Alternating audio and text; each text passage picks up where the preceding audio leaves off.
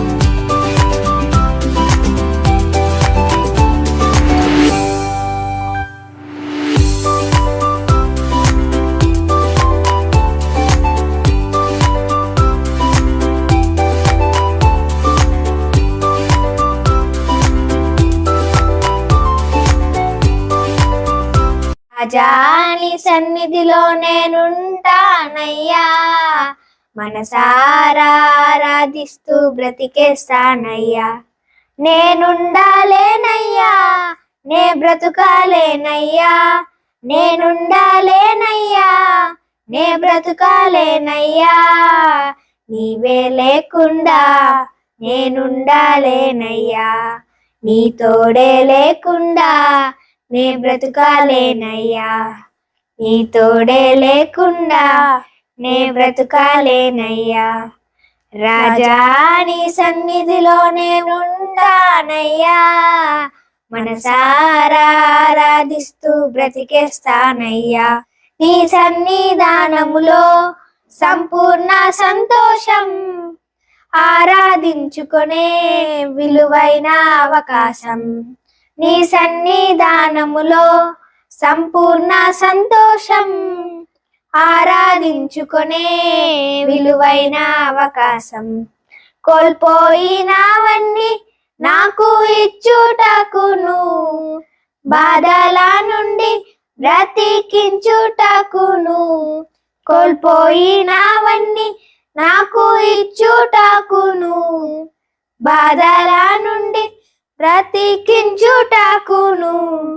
నీవే రాకపోతే నేనేమైపోదును, నీవే రాకపోతే నేనేమైపోదును. నేనుండాలేనయ్యా, నే బ్రతుకాలేనయ్యా, నేనుండాలేనయ్యా, నే బ్రతుకాలేనయ్యా. నీవే లేకుండా నేనుండాలేనయ్యా, నీ తోడే లేకుండా నే బ్రతుకాలేనయ్యా. ఒంటరి పోరు నన్ను విసిగించిన మనుషులెల్లరూ నన్ను తప్పు పట్టిన, ఒంటరి పోరు నన్ను విసిగించిన మనుషులెల్లరూ నన్ను తప్పు పట్టిన. ఒంటరి వాడే 1000 మంది అన్నావు, నేనున్నానులే భయపడకు అన్నావు. ఒంటరి వాడే 1000 మంది అన్నావు, నేనున్నానులే భయపడకు అన్నావు. నేనంటే నీకు ఎంత ప్రేమ యేసయ్యా, నేనంటే నీకు ఎంత ప్రేమ ఏంటయ్యా. నేనుండాలేనయ్యా, నే బ్రతుకాలేనయ్యా, నేనుండాలేనయ్యా, నే బ్రతుకాలేనయ్యా. నీవే లేకుండా నేనుండాలేనయ్యా, నీ తోడే లేకుండా నే బ్రతుకాలే. రాజా నీ సన్నిధిలోనే ఉంటానయ్యా, మనసారా ఆరాధిస్తూ బ్రతికేస్తానయ్యా.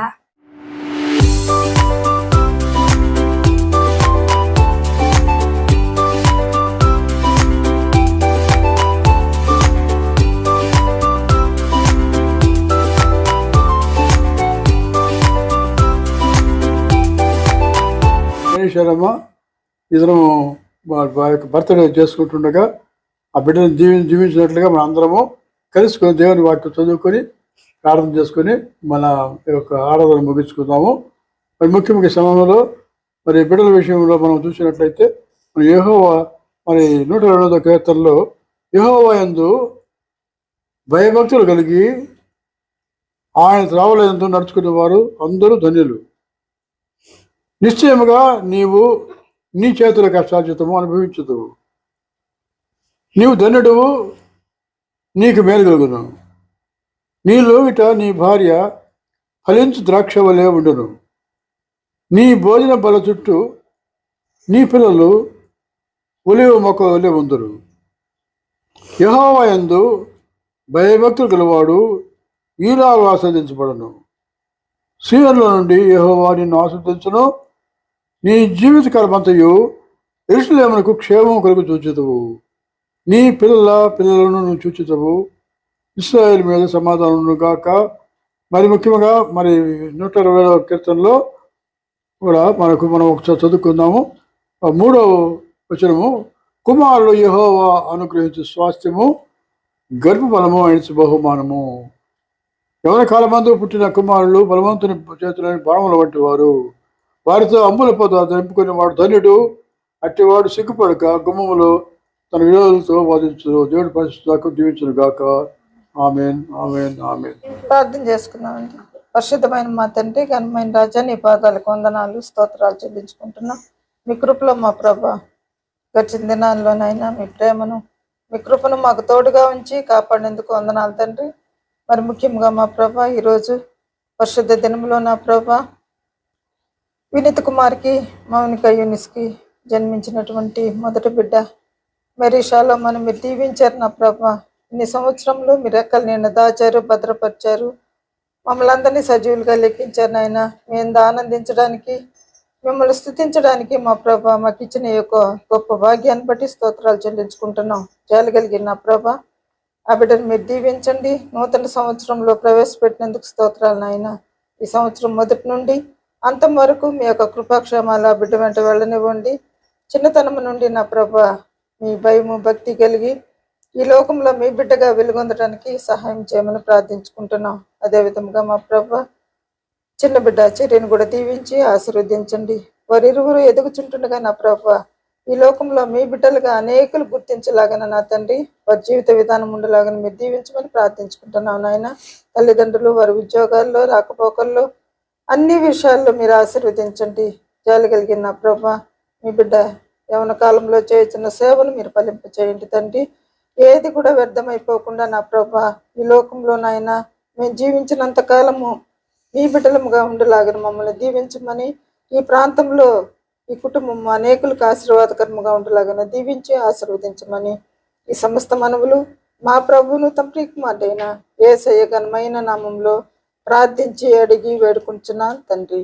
ఆమేన్. మన పవిత్రుడైన దేవుని యొక్క ప్రేమయు, ఆయన కుమారుడు యేసుక్రీస్తు కృపయు, పరిశుద్ధాత్మ యొక్క అన్య సహవాసం నడుపుతుంది ఇప్పుడు సదాకాలం మన కుటుంబాలన్నిటికీ మరి మాకు అనుగ్రహించిన వీళ్ళ కుటుంబానికి వినోప ప్రసన్న వారికి ఇచ్చిన బిడ్డలు తండ్రి, విశాల స్వాస్థానికి మరి వినీత్కి మనకి ఇచ్చిన బిడ్డలు మేరీ రెసిప్టర్కి మాకును ఇప్పుడు వెళ్ళప్పుడు సదాకాలంతో నడిపించి కాపాడు గాక. ఆమేన్, ఆమేన్, ఆమేన్.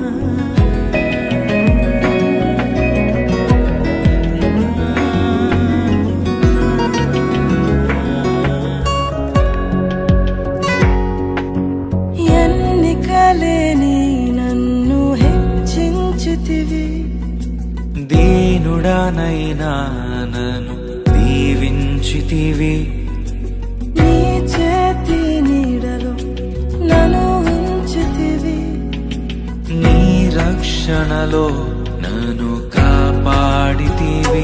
నీ అనురాగము ఎంతో గొప్పది, నీ సంకల్పము ఎంతో గొప్పది, నీ అనురాగము ఎంతో గొప్పది, నీ సంకల్పము ఎంతో గొప్పది. దీవించుము దేవా మా కుటుంబమును, నీ దీవెన తరతరములకుండును. దీవించుము దేవా మా పిల్లలను,